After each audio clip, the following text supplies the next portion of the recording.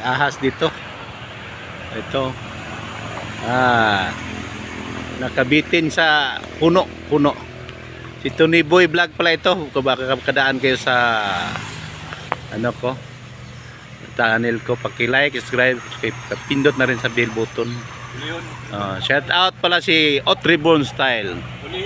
Ito yung ahas, oh. Yan, oh, nakatingin sa akin. Tingin sa akin. Hulihin ni Otribon Style yung ahas. Ayan. Yun, tumakas na. Makyat sa taas, hindi mahuli. Hayaan na. Hop, hayaan mo na. Ayan o. Umakyat-akyat. Yun, tumakbo. Yun, nakatakbo na. Wala na, ando na, malayo na. Bye-bye. Ang bilis ng takbo ng ahas na maliit. Wala na. Hindi na huli.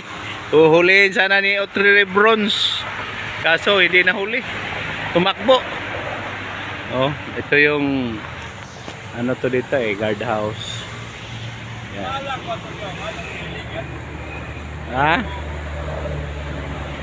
Dito ako sa area ng CII. Daming mga puno dito. Oh.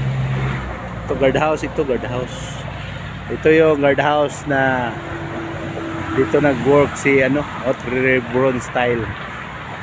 Oh, dito. Dito tahimik dito, tsaka napakalamig. Lamig kasi hangin. Mainit yung araw pero yung puno dito, maraming puno. Ayan, malaki ng mga puno. Malamig. Tsaka yan dyan, highway na yan dyan. Yung mga bus dyan dumadaan. Ito. Ganda dito. Dito muna ako nag-relax ngayon. Kasi papalamig. So, share ko sa inyo to dito lugar. Ito papaya, may papaya dito puno. May hinog. Hindi makita. Zoom natin. Ayun oh. Papaya. May mga hinog na. Ayan. Kukunin ko yan ngayon. Ayan. Saka may malunggay dyan, malunggay. Layaan natin, lunggay yung may mga tanglad. Yun. Maganda ng lugar ito, tahimik. Kaya maganda yung mga dito panghalo ng manok. Oh, yung papaya.